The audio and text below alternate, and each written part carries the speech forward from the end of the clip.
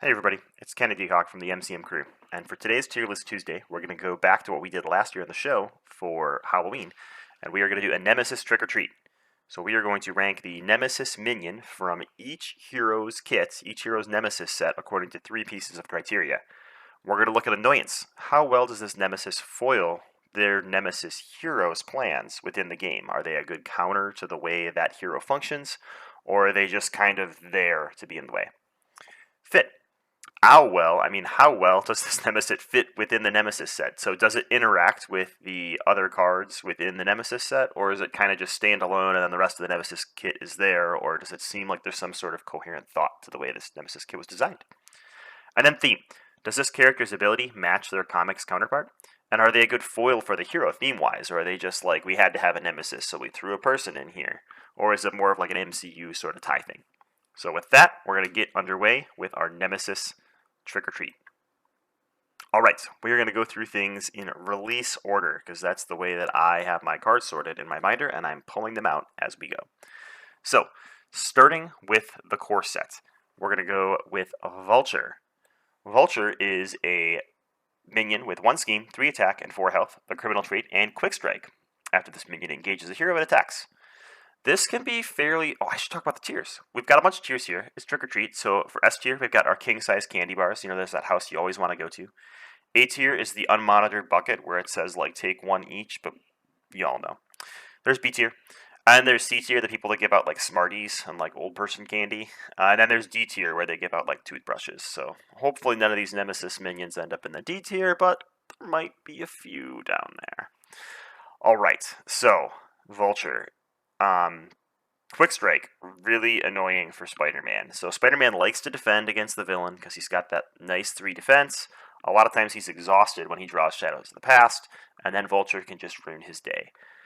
Vulture is definitely not a toothbrushes kind of character. He can wipe the whole board. I've told this story on the show before where Vulture swooped in and killed one player after another because Quick Strike happens when you engage.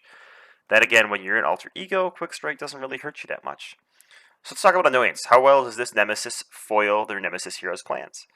I don't think he does very much. I mean, he hits Spider-Man for 3, but Aunt May can kind of, like, recover from that. So he's not super annoying to Spider-Man. How well does this Nemesis fit within the Nemesis set? I mean, art-wise, obviously great. It's kind of scattered, though, right? So Sweeping Swoop can stun your hero. If Vulture is in play, this card gains Surge. Like, it really doesn't have to do anything with his Quick Strike. The random card stealing from Highway Robbery, the side scheme, doesn't have anything to do with this Quick Strike, so it's kind of just scattered all around. The Vulture's plans kind of goes along with the scheme, but he doesn't really fit within his Nemesis set. He's just kind of a Quick Strike minion, which is annoying. Theme, this character's ability to match their counterpart from the comics. I think so. I could see Vulture, like, swooping in super quick-like. Obviously a good foil for Spider-Man, one of the first, I think it is the first villain that Spider-Man went up against, so I'm okay with that. I know a lot of people thought this should be Green Goblin or that this should be Doc Ock, but I think Vulture is a good choice for Spider-Man. So he meets 1 out of 3 criteria. We're going to place him in the Smarties tier, and honestly, if Vulture was giving out candy on the holidays, he'd probably be giving out Smarties. So let's be real here. Next up, Yon-Rogg, the Captain Marvel Nemesis minion. 2 scheme, 3 attack, 5 health. Real annoying. He's got Elite and Kree as his traits and the forced response. After Yon-Rogg attacks, place 1 threat on the Psyche Magnetron. Hey! Right away we got some fit because he deals with his Nemesis side scheme right on the character card. That being said, if he comes up later, it might not be very impactful. As far as how well does this Nemesis foil the Nemesis hero's plans, I'm going to expand this to like how well does the Nemesis set foil the hero's plans, because Spider-Man's is just kind of all over the place. This one's a little bit more focused. So we've got hazard cards and a 3 boost icon card in the side scheme. We've got Yon-Rogg, who's pretty beefy. He's got 5 health, and we know Captain Marvel has a 5 damage attack, so it doesn't really foil her plans a ton. It's not like making her waste damage or anything like that, because she can kill him for the exact number. But we've got Yon-Rogg's Treason. When revealed, discard each energy resource from your hand. That's brutal. So it's going to at least get him out of the Smarties tier, hopefully. How well does he fit within his set? Obviously, I think he fits okay. He deals with the Psyche Magnetron. that's about it. He places threat, and there's a lot of threat placing in his set, so I'm going to give him that one. I think he's got annoyance, he's got fit. Theme. I mean, Jan Rog's only been in like 20 issues of comics or something like that, and he did deal with the Psyche Magnetron, so I mean, I don't really want to give it to him, but I can't think of anyone better or a better way to enact his powers since he kind of just existed in the comics. So we're gonna put him into the unmonitored bucket for now. He is a really good Nemesis minion. The only bad thing that I don't like about him, I'm talking from a villain perspective, like I'm on Critical Encounters right now. The only thing I don't like about him is if he had 6 health, he'd be a little more annoying to kill because your Photonic Blast wouldn't one-shot him. But with Photonic Blast one-shotting him, you know what? I'm putting him back down in B tier. He's just candyless. He's just, yeah. He's like the turned off lights. You don't even go to the door, so you don't waste your time and get bad stuff like toothbrushes, but you also don't get what you want. Reese's Peanut Butter Cups. Okay.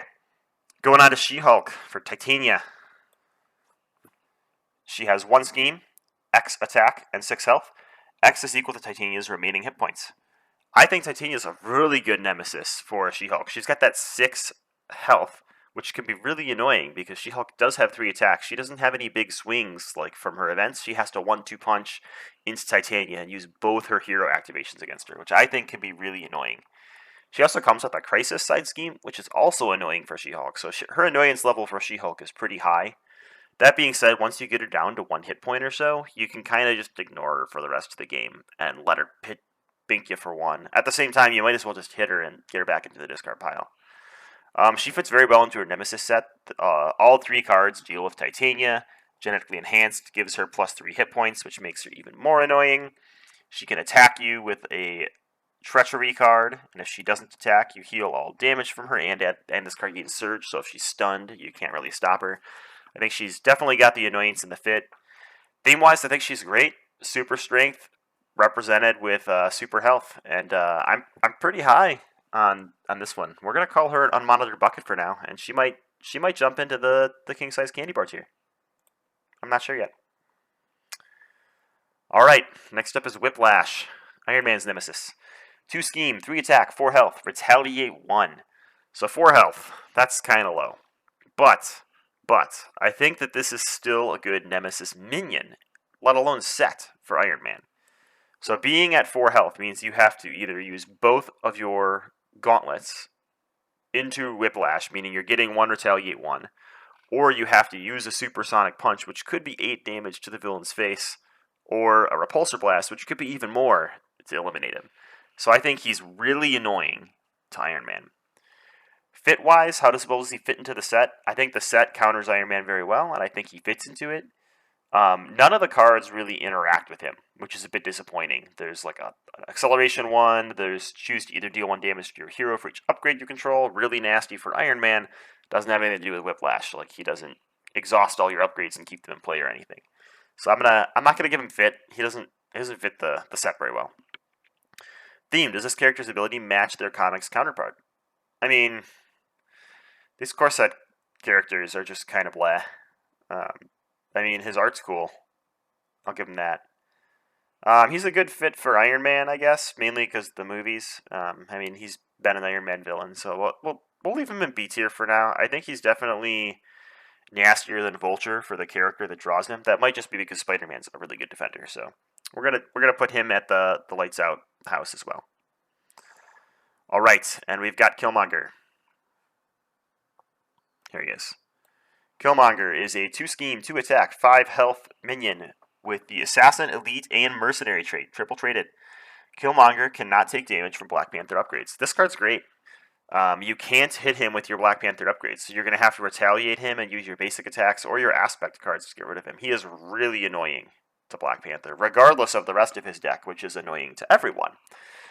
He comes with a Hazard Icon side scheme with 3 health per player, a Surge, give the villain and each minion engage with you tough, really annoying, and Ritual Combat, which discards cards from the top of the deck and places threat or deals damage to your hero. It's just, his kit's, he's an unmonitored bucket. Let's just be real here. Okay, we're moving into wave 1 here with Steve Rogers, Captain America. Who's his nemesis again? Oh yeah, it's some Baron guy. Baron Zemo. Where are you, Baron Zemo? There you are. I'm probably going to have forgotten to put one of these in here. It's going to be really annoying. 1 scheme, 3 attack, 5 health, quick strike. While Baron Zemo is engaged with you, you cannot thwart. This is real nasty. Cap loves to thwart because he can remove 4 a turn just for a card, and he's got those heroic intuitions. 5 health is kind of a lamer because you can pretty much take him out with your hero-specific event. That being said, like, you're taking him out and wasting a stun. So I think he's pretty annoying to Captain America. And he's annoying to the whole team because Hit Squad that he comes with hits every player when it comes out, discarding cards on the top of the deck and have people take damage. Fit-wise, I think he fits great. He comes with some more Guard Hydra minions and a Hail Hydra, which in 4 player is going to make everybody search for a Hydra minion if they don't have one, meaning if this is the only Hydra thing in the encounter set, someone's bringing out Baron Zemo from Hail Hydra. So I think fit-wise, he's great. Theme, I'd say he's pretty perfect, preventing you from thwarting, causing distractions. Good against Cap. He's definitely an A-tier Nemesis. I'm very, very happy with him. All right. Who is next? Kamala Khan. That means we're going to be looking at I Am Not a Bird, Thomas Edison. All right. Thomas Edison is a 3 scheme, 1 attack, 3 health minion. 3 health, I know. Bird and Genius trait. Thomas Edison cannot take damage while engaged with another minion. Annoyance, I mean, he can definitely be annoying. That being said, Kamala can pretty much take care of him and then bounce the event back to her hand. So she is not really annoyed by him at all. All of his other cards, on the other hand, are really annoying to Kamala. So we'll give him like half of the annoyance credit. Fit-wise, he's got a little bit of synergy within his kit. I mean, a lot of his kit has to do with exhausting personas and punishing you for having personas, but we have Edison's Giant Robot, which is an 8 health minion. They cannot take damage unless you spend a mental resource. So while he's in play, Thomas Edison can also not take damage. So I'm gonna give him fit. And theme-wise, I mean, his flavor text alone keeps him in the B tier. So he's got like 2.5 points, kind of like this row. He's not an all-star like these others, but he's certainly in the running. All right, next up is Thor Odinson, which means we get to talk about Loki. Loki is down here somewhere. Maybe he's not. There he is. Okay. Loki is a 2 scheme, 2 attack minion with the Asgard trait and 4 health. 4 health is pretty annoying to Thor because it's just over his basic attack threshold, but his hammer toss hits for way more, so you're kind of wasting damage into him, and you are really wasting damage if you hit Loki, because he has an interrupt, which should be a forced interrupt. When Loki would be defeated, discard the top card of the encounter deck. If that card is a treachery, heal all damage from Loki instead. That's really annoying. He doesn't even re-enter play to trigger Thor's ability. He is just, like, you can't get more annoying than Loki. We're just going to go ahead and put him in the unmonitored bucket tier. But he definitely fits within his scheme, both thematically and mechanically. With his family feud side scheme, he's going to place additional threat because he is an Asgard character. He comes with frost giants that have toughness and just, like, are part of Loki's, like, background and thematic culture. A fit, we're going to say for sure. Theme-wise, obviously, I think he's great. Great counter for Thor, and a great foil for the hero within theme. So he's definitely an unmonitored bucket kind of dude. All right, next up is Black Widow. Black Widow comes with Taskmaster, which if you've seen the movies might seem like it makes sense. Taskmaster is certainly annoying to Black Widow. With 4 health, you're going to have to waste 2 of your Widow's bites, or Widow's bite? Dance of Deaths into him, and Dance of Death is worded really annoyingly where it deals 1, and then 2, and then 3, so if he somehow has guard, you're like having to throw it all on Taskmaster. He's got +1 scheme, +1 attack for each upgrade you control, and we know Black Widow likes to have a ton of upgrades. That being said, when a Nemesis minion comes out, Black Widow can just Widow's Bite it, stun it, and ping it for 1, and then you just have to deal 1 more damage to it. So, like, he's annoying, but he's not the end of the world annoying. Does he fit within the Nemesis set? I mean, there's a bunch of Hydra dudes, but there's nothing really connecting this Nemesis set to Taskmaster. It's not, like, all themed and, like, really focused around countering Black Widow. It's just a bunch of thematics. It's not mechanically combined, if that makes sense. All right, does this character's ability match their comics counterpart? I think so, right? Your upgrades are representing, like, your character's abilities, and he's using his photographic reflexes to copy your abilities. So I think that's a cool way of doing it. His boost icon is certainly annoying. We're going to keep him in the B tier. I don't think he's a C tier Smarties, because as a boost card, he's probably like S tier, but as a character, when you just take him out right away, he's probably a D tier, so he's kind of polarizing there. But I still think he's an okay Nemesis minion. Alright, next we've got Baron Mordo for Stephen Strange. So, knowing how strong Doctor Strange is, this guy must be insane. 2 scheme, 2 attack, 5 health, elite and mystic traded. When Baron Mordo attacks you, discard the top card of your deck. If that card's printed resource has Fist, you are stunned, Energy, take 2 damage, Mental, you are confused, Wild, all of the above. That's kind of boring.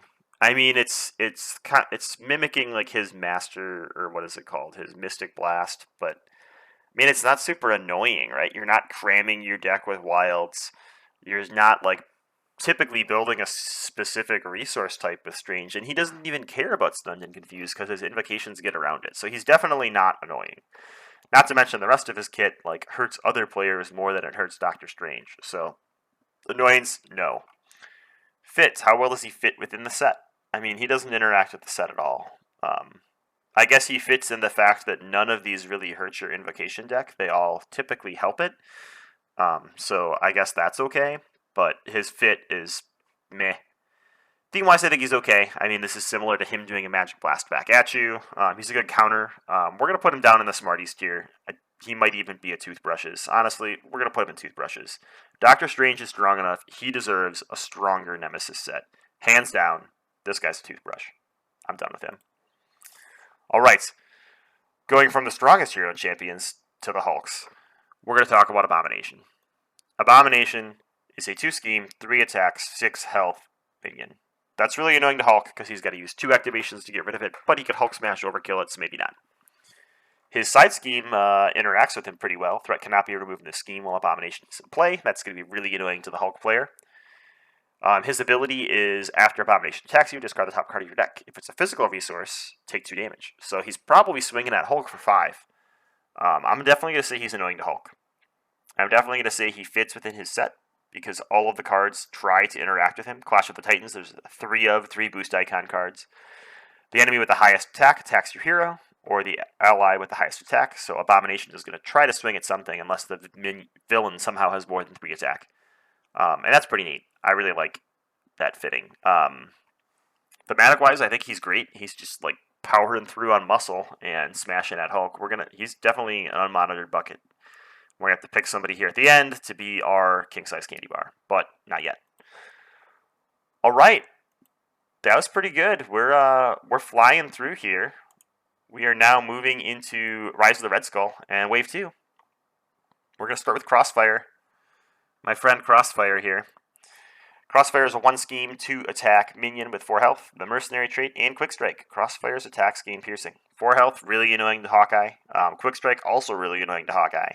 He definitely has the annoyance factor going on between him and his entire kit. How well does he fit within his Nemesis set? So he's got an attachment that attaches to him. The rest of the cards don't really interact with him, but he's got half of it. He's got an attachment that could attach to him, and it doesn't whiff if he's not in play, so I pretty much like that. He's kind of tricky or treaty, whatever scale we're using here. I kind of lost my thematics there for a minute. Theme-wise, I mean, he's okay as a Nemesis for Hawkeye. He's been in several Hawkeye comics. I mean, he's a ranged attacker. I'm not super impressed with theme on this character. I mean, he does damage because he's a sniper.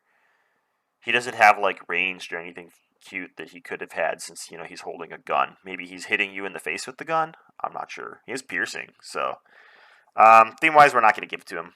He's going to be B tier. I think his kits is A tier or harder, just because Sniper Shot is such a good card.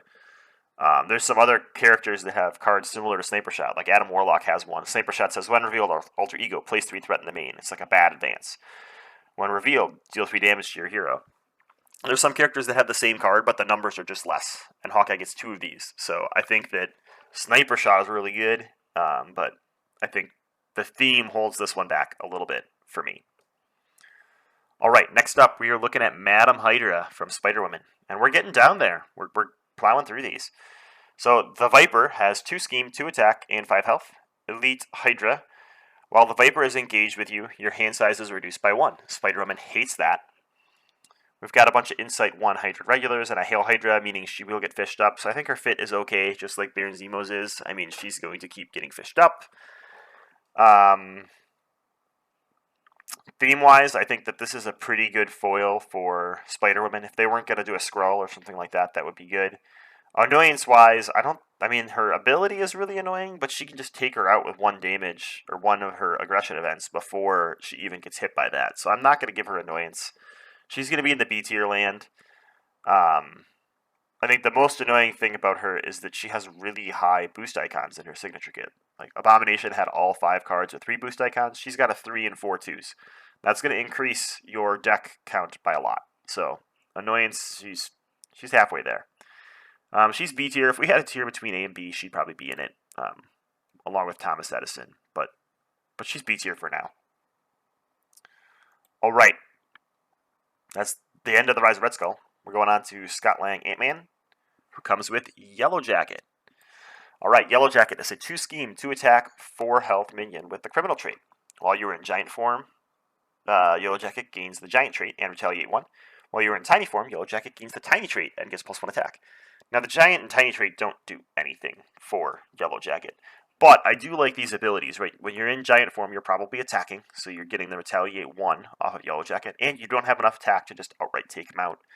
While you're in tiny form, he is going to attack you for more, and you have lower defense, so that can be annoying. So I think that he's kind of an annoyance. He has really good synergy within his kit with some cards that interact with Yellowjacket, and yeah, I think he's pretty strong in annoyance and fit. Theme-wise, I think he's okay. I mean, he's a generic size changer. I mean, the giant and tiny trait don't do anything on him, and that really makes me mad. But at the end of the day, I think we're going to give him theme. We're going to put him up here in the A tier, just with how annoying he can be for the entire table, with his side scheme that removes tech from everything, basically discarding a bunch of cards from different characters, which can be really annoying. Or not discarding cards, removing health from a bunch of characters like Iron Man and stuff like that. So I think we'll leave him as an unmonitored bucket for now. I don't feel too bad about that. All right. Moving on to Nadia Van Dyne. I can talk. All right, so she comes with the Beetle. The Beetle is a 1-scheme, 1-attack, 4-health minion with guard. When the Beetle is defeated, choose to either spend a physical resource or shuffle the Beetle into your encounter deck. This is really annoying for Nadia. She tends to want to stack a bunch of mental resources in her deck. She actually doesn't have a ton of physical cards in her kit. In fact, I think she has her Wilds, her Red Room Training, and her Wasp's Helmet. So she's pretty much like trying to get all of her physical resources on the board, and she'd have to rely on having a resource available at the right time. Beetle interacts with all the cards within her kit, so she fits within it really well. So she's got 2 things going for her right there, and she's certainly annoying with how she shuffles back into the deck. Theme. Now, theme. I get the forced interrupt, like being the Beetle, like buzzing away and then coming back and being annoying like a fly or like a beetle. Why does the beetle fly? That's a good question. But either way, Wasp only has like 1 storyline interacting with the Beetle. And I mean, this version of the Wasp hasn't been in a ton of comics, but she's been in enough that I'd expect the character to have more interaction to be like a true nemesis. So I'm not going to give her theme, and we're going to give her in that 2.5 range. She's not missing on like everything except half of 1, and she's not missing on all of them like Baron Mordo, but she's certainly not up here in the A tier bucket. I am sorry, Beetle. All right, next up is Quicksilver, and we're going to talk about Avalanche. Let's just dump him right there. Just kidding. We're not sure yet, but I have a feeling that might be where he ends up. So Avalanche is a 1-scheme, 2-attack minion with 4 health. 4 health is really annoying to Quicksilver because you've got to double tap to get into him if you have an upgrade out, or you've got to do a ton to him to get rid of him. On top of that, it's going to be really hard to do so because he has Insight 2, so he's placing threat onto the main scheme, and when revealed, each player must choose to either take 2 indirect damage or exhaust their identity. So when he comes out, you're placing 2 threat in the main scheme. Each character is taking 2 indirect damage or exhausting themselves. And his side scheme also places Insight 1 onto the main scheme. So he's like a sniper shot, and you take damage or get exhausted, and there's a crisis scheme out there. He is bonkers on annoyance. Fit, he works really well within his kit. There's definitely an attachment that goes on Avalanche. It reduces damage he takes. You have to exhaust your hero to get rid of it, which is really annoying to Quicksilver. He's just all around pretty good at annoyance and fit. Theme-wise, I'm going to give them theme because my guess is when they were talking about Avalanche, they were thinking of the X-Men Evolution show where Avalanche and Quicksilver had this kind of rivalry on the Brotherhood. And I can give him that, especially if they didn't want to take a big gun like Magneto or something and put him here on the Nemesis set. So we'll give him thematics. All right, moving on to Wanda with Luminous. I think that's how you say it. Luminous here is a 2-attack, 2-scheme minion with 5 health. The elite trait, force response. After Luminous activates against you, discard the top 2 cards of the encounter deck. If 2 or more boost icons were discarded this way, deal yourself an encounter card. So Wanda can use her ability to counteract this, but by doing that, you're not able to use your Wanda's ability or her crest at other times. So I think that this is a pretty good counter to Wanda. The problem is Wanda's really strong, just like Doctor Strange. And the side scheme that comes in with Luminous, it actually helps Wanda a lot of the time. So I'm not going to give Luminous annoyance, mainly because Wanda needs someone more annoying than Luminous to keep her in check. Fit-wise, I think she fits fine. The entire set is kind of themed around boost icons, as is Wanda, which is very nice. I enjoy that they took the entire Nemesis set, kind of themed it around one thing. Theme-wise, does she counteract Wanda? I mean, I'm not going to give her that. I mean, she's interacted with her. It's not a super connection. She's going to go down here with Mordo again. I think that she's not strong enough to counteract Wanda. She fits within her scheme, so I guess maybe we put her up here in the Vulture tier, because she fits within her Nemesis set. But thematics and annoyance, I'm not there. I'm not there yet. Sorry, Luminous. I wanted to put you in the D tier, but I didn't, so maybe you'll appreciate that. On to Galaxy's Most Wanted. Everybody's favorite campaign box. All right, first we're going to look at the Fernax, who looks like a brood-like alien, but is not, I'm assuming. They have the Leviathan trait, 2 scheme and 2 attack. Forced response. After Fernax activates, deal 2 indirect damage to each player. Well, that's annoying. He's got 6 health, which is really annoying to Groot. The minions are starting to get really high health in this cycle, which means I think they're starting to realize that, these minions should be annoying to people. And by really high health in this cycle, I mean just Fernax. I think he does really good at annoying Groot. I think fit-wise, nothing specifically I guess things do interact with Fernax. Like to deal more indirect damage, but again, just like Wanda's kit, I'm really happy that Groot's kit, everything is about this indirect damage. You can imagine you're just like in this blazing inferno, which is the side scheme, with fire all around you, annoying the heck out of you. So I think fit within the set, A+. Theme, I'm not going to lie, I don't know much about the Fernax, and I did a little bit of Googling, and it seems like it's okay. As far as I'm concerned, Groot is like a tree person. Flames and bugs eating trees seems like a thing that would be annoying to Groot. Like, I bet he really hates fleas from Rocket. So we're going to give it theme. I'm not sure what I would consider a better theme for Groot, but I think that this is okay. I don't know what they were supposed to do, since Groot's always like a team-based character for the most part. He's got to have kind of a weird Nemesis minion. But I think we got an unmonitored bucket list. A bucket right here. Bucket list. It is a long morning today. Okay. This is one of the long ones, because it's one for each hero again. We got Blackjack O'Hare. 1 scheme, 1 attack, quick strike, and villainous, so he's always going to go off. That automatically is annoying. Only 3 health, but his flavor text is super annoying and trippy. Really well fit within his Nemesis set. One thing that is unfortunate is he has quick strike and villainous, so he's going to attack you as soon as he's revealed. But his Nemesis side scheme has an amplify icon, so that amplify icon won't affect that first set of villainous. But if he stays around, it is going to be annoying. So I'm going to give it that. He's got a bazooka that can attach to him. That's pretty cool. And he's got a treachery that can discard for minions and give them tough. So you could end up refinding Blackjack, which would be also sort of annoying. So I'm going to say annoyance and fit pretty high. Theme-wise, I think this is good. There's not much else you could do for Rocket as a Nemesis, and I think we got another unmonitored bucket. Pretty happy with this cycle so far. All right, next we've got Mr. Knife, who is Star-Lord's dad. Spoiler alert, from the comics. Uh-oh, hold on here. I may have moved some people around accidentally. Nebula wasn't down there yet. Okay. Computer froze for a moment. Mr. Knife. Retaliate 1. The first treachery the engaged player reveals each phase gains surge. This is really annoying to Star-Lord. And 6 health, so you're going to have to throw a sliding shot into him to get rid of him. I think that's great. He's got a real nasty side scheme that's giving out more encounter cards. And some really annoying treacheries. That being said, actually the treacheries are really annoying. It's discard 1 random card from your hand, take 1 damage, and place 1 threat onto the main scheme. When you're drawing those as your Star-Lord cards, you're going to get really annoyed with them. It doesn't have a chance to surge, but Mr. Knife can give it surge, so I think annoyance and fit-wise, he's pretty good.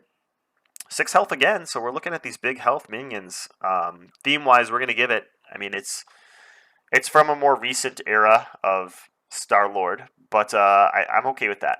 I'm pretty happy with Mr. Knife. I think he is a good counter to Star-Lord. Next, we've got Gamora, who comes with Nebula. Nebula has Retaliate 2. When this minion would enter play, discard Nebula ally from play, so obviously annoying to Gamora if she has Nebula out there. 1 scheme, 2 attack, and 5 health. 5 health is kind of annoying to Gamora. That being said, Gamora is probably just going to plow right through this because she is really, really strong. We've got In a Bind attached to Gamora. Treat Gamora's printed text box if she was blank, so it doesn't really interact with Nebula at all. We've got really high annoyance on the encounter set as a whole. Everything attacks the character that it was planned to attack, unlike Doctor Strange where it attacks other people. Fit-wise, Nebula is not like super fit within her kit, but she does fit within that theme of I am going to be overwhelmingly unrelenting against Gamora, so we'll give her fit. Theme-wise, it's okay. Again, this is more of like an MCU interpretation of Nebula and Gamora being in each other's faces constantly, which has started to appear in the comics since it appeared in the movies. I mean, there's obviously a backstory there with being daughters of Thanos, but it's never been like a defining feature or anything, in my feeling, in the classic Guardians of the Galaxy run, which I would consider to be the 2004 run. I think we're going to leave her in the B tier. It's hard. You know what? Just because her annoyance factor is so high to Gamora, we're going to leave her in the A tier because I really think that the Nemesis sets that come into play should be extra annoying to the character who they are associated with and not annoying to the other players. And Gamora's is like the epitome of that. So I think that Nebula ends up in the A tier. I mean, Gamora's Nemesis ends up in the A tier. You know what I meant. All right, moving on to Drax. Drax.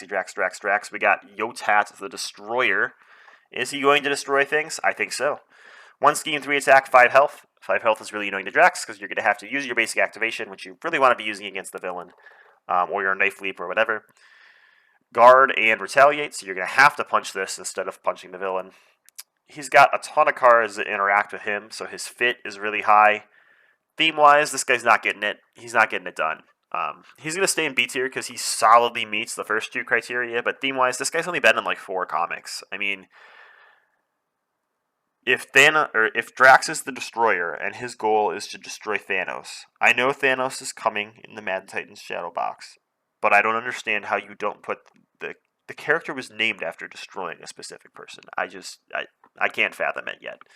We've already had heroes whose Nemesis minions are villains, so I don't think it's a stretch to have the same thing happen with Drax. That's all I'm saying.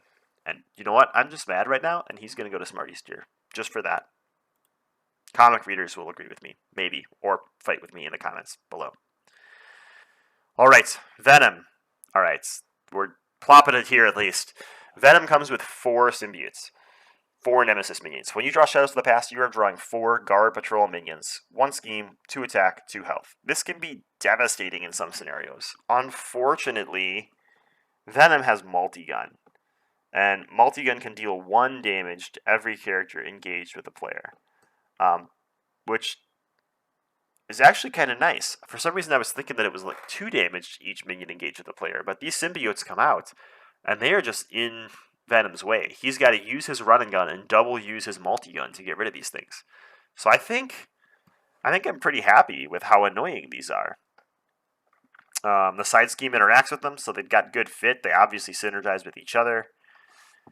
Theme-wise, does this character's ability match their comics counterpart? Guard Patrol, I mean, they're just like in your face, like not letting you do anything. I think they're definitely in the A tier. I'm really happy with Venom's Nemesis set. Alright, we're going to go in US release order, so we're going to do Nebula's set next. She comes with a Gamora. Elite Outlaw, 6 health. Again, high health Nemesis minions. 2 scheme, 2 attack. When this minion would enter play, discard Gamora ally from play. Forced response after Gamora attacks and damages you. Choose and discard an upgrade you control. This is more annoying to Iron Man than it is to Nebula, because her upgrades are meant to be dispensable. Again, she's kind of like Gamora, where she's really annoying to Nebula, but there's a twist there. So her side scheme, Self-Preservation, has Nebula gets -1 thwart, -1 attack, -1 defense. Gamora gets +1 attack and gains piercing. So that can help Gamora hero. So I like this even better than Gamora's kit. Not only does it hurt Nebula, it might help the other players so that you can make fun of them for drawing Shadows of the Past. Love it. The main problem I have with this thing, and it's going to keep it in B tier for me because it is game-breakingly annoying, is Old Rivals. When revealed, Gamora attacks you. If no attacks were made this way, this card gains Surge. If Gamora Hero is in play, Gamora Hero punches herself in the face. And while that is humorous, and I love it, it also breaks so much theme and annoys me so much from a rules perspective that this thing's going, you know what? Feeling spicy today. Getting mad. C tier. Smarties. It's like sucking on a jawbreaker. Nobody wants that. Alright.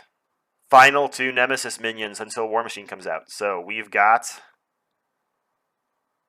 Radioactive Man, who we've already seen once in the Masters of Evil. And unfortunately, I think Radioactive Man in the Masters of Evil is more annoying. This one is 1 scheme, 1 attack, 6 health. After Radioactive Man activates against you, deal 1 damage to each character you control. So he's basically got 2 attack against Spectrum. What I don't like about this is more about counteracting Spectrum's precon, like leadership, than it is about counteracting Spectrum. And I think that's a bit of a shame. I would much rather it go the other way around, and we see things that really hurt the hero and not their allies. But, that being said, it's at least sort of thematic. We've got sort of deal 1 damage to all sorts of people, deal 1 damage to all sorts of people on the side scheme. At the end of your turn, take 1 damage. So it's a bunch of little ping damage in the Nemesis set, so it fits well. It is annoying, but it's not specifically annoying to these heroes' plans, so we're not going to give it that. Theme-wise, I think it's okay. I'm not, like, thrown away with it. It's just there. I think it's a good counteract to Spectrum, but I'm not sold on this one. We're gonna leave him B tier. I don't feel poorly enough about him that I can throw him into the C tier Smarties. But I do feel poorly enough that I cannot put it in the unmonitored bucket list. And then we've got Magus, or Magus. I'm not even sure how to pronounce that. Someone can tell me in the comments and yell at me. So this is Adam Warlock's Nemesis. 2 scheme, 2 attack, 5 health. Elite and Mystic traded. Quick strike and toughness. That's annoying. He's got the same problem that Luminous has, that when he comes in, he sort of triggers and discards cards at the top of your deck, but then his side scheme wants to be there when you deck out. So if you deck out from that initial quick strike, it's not as big of a deal, which is a bit bummer for Fit. Like, I wish they had figured out a way to make that work. Like, if the quick strike, instead of being printed on Magus, was printed onto the Universal Church of Truth, it had a when revealed. When revealed, the Magus attacks the character it's engaged with. That would be great, because then it would actually, like, synergize a little bit, but ultimately it's okay. I mean, there's still some synergy there. It's certainly annoying to add a Warlock, although sometimes you want to deck out and get to that Soul Ward, Soul World token. Annoyance-wise, it's okay. The fittingness of this is more all about the Universal Church of Truth than it is about the mages, but I think it works still. Theme-wise, this is obviously on point. It's going up here in the A tier, and we don't even have to demote anybody because only one person is going to be a king-size candy bar today. Who shall it be? Let's start. Well, we'll throw them all up there, and then we'll eliminate them one at a time. And I have to give a reason for each one as to why it doesn't go there. All right, we'll start with Yellowjacket. Yellowjacket doesn't interact with giant and tiny traits on his own card, which is disappointing. I call that disappointment. We'll remove Titania because she can get muted down to 1 HP and then she pretty much does nothing, which, again, disappointing. We will get rid of Nebula for Nebula reasons. And my browser crashed. Hold on. Hey, we're back. I had to reset my browser, and I discovered an error. I think when I was throwing things around when it was getting laggy earlier, Beetle got downgraded, but she doesn't deserve that. She deserves to be in the B tier, so we're moving it back up. All right, so I was moving Nebula for Nebula reasons. I think mainly because she, theme-wise, isn't super strong for me. I mean, she doesn't feel like Nebula. She just feels like a generic character that hates Gamora, which I guess maybe that is Nebula. But, I got to do something, so... All right, Blackjack O'Hare, you're going down. While you are really annoying, I don't think you are necessarily like the perfect counter to Rocket. You don't foil his plans specifically. Avalanche is definitely staying up for now. Abomination and Loki are staying up. Baron Zemo. I'm going to bring Fernax down. While he's annoying to Groot, he's annoying to everyone, and he doesn't do what I like, which is targeting like a specific player. I'm going to move Adam Warlock down for the same reason. Mr. Knife as well. I mean, that's just going to be annoying to everybody, not just you. And same thing with Killmonger, because those treacheries that they shuffle in, I mean, we're having to get to the gnat's butt here to decide what we like and don't like, but I sometimes get disappointed with those treacheries being drawn by other people and not by T'Challa himself. Okay, wow. I mean, this set is really unique, so we're going to keep it up there. I'm going to move about... I mean, Hershey's, Reese's.